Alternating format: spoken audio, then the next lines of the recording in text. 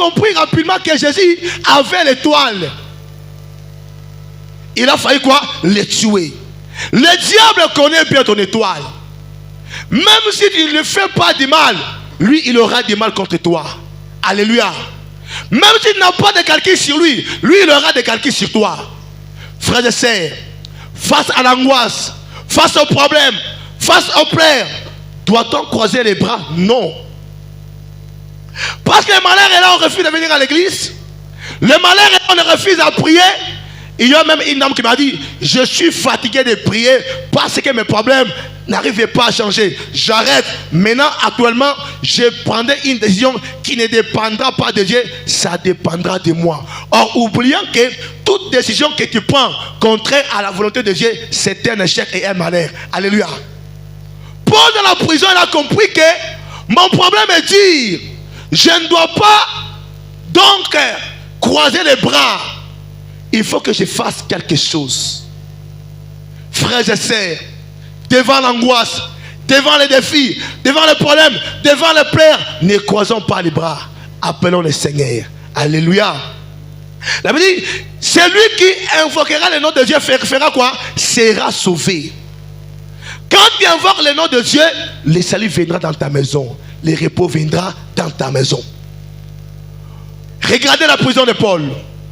Ce que j'ai aimé, la prison de Paul, elle n'est pas n'importe quelle prison. On a mis Paul dans une prison qui est plus que prison. On le roua des coups, on le jeta en prison. Première des choses, Paul a été placé en prison. Non seulement en prison, on a mis des gardes pour surveiller Paul. Voilà pourquoi il y a des gens, vous êtes en prison et vous êtes contrôlés. Chaque fois que tu veux aller de l'avant, on te surveille. Toi, entre ici. Et un jour, on a fait la délivrance à un frère.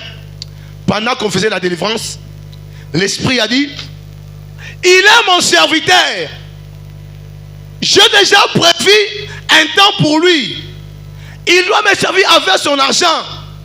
Dans des bars et dans des boîtes de nuit. Donc quelqu'un, il est comment? Il est prisonnier. Il peut prendre la décision d'arrêter les mal, il n'arrête pas. Voilà pourquoi les gens prennent la décision d'arrêter les mal à 15h, à 18h, ils tombent encore dans ces mêmes mal. Pourquoi? Parce que ces gens sont contrôlés. La grandeur de ton combat n'est pas la grandeur de ton combat de ton frère et de ta sœur. Tu as ton combat et moi, j'ai mon combat. Face à ces choses, Paul n'a pas croisé les bras. Le diable ne détruit pas tout. Alléluia. Le diable, il ne détruit pas tout. S'il détruit la tête, il va te laisser les pieds. S'il détruit les pieds, il va te laisser quoi? Les mains.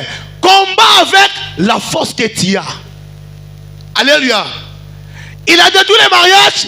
Tu as la bouche pour revendiquer ton mariage. Il a détruit la santé. Tu as la bouche pour revendiquer ta santé. Et j'ai aimé Paul. Paul dans la prison, ils se sont mis à prier. Et non seulement à prier, ils ont commencé à chanter les louanges de Dieu. Alléluia.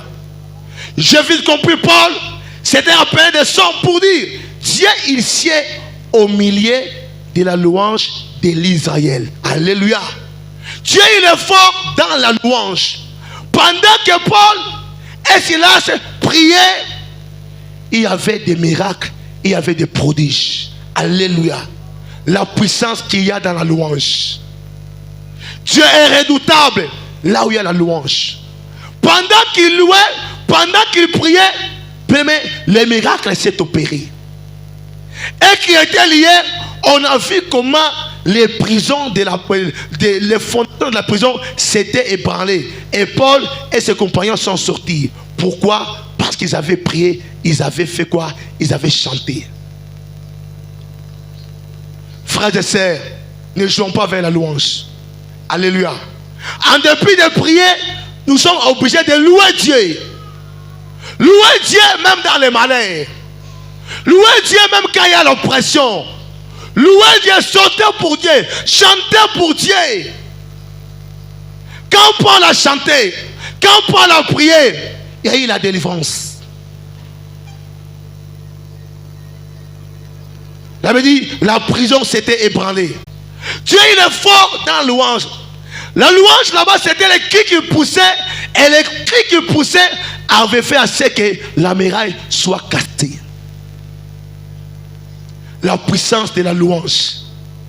La puissance de la prière, la louange. La prière fait appel à l'adoration et à la louange.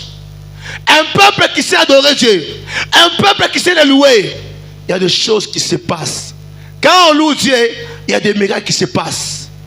Et j'estime que ce soir, la miracle de Jéricho va tomber par la louange. Amen. J'estime que ce soir on va louer.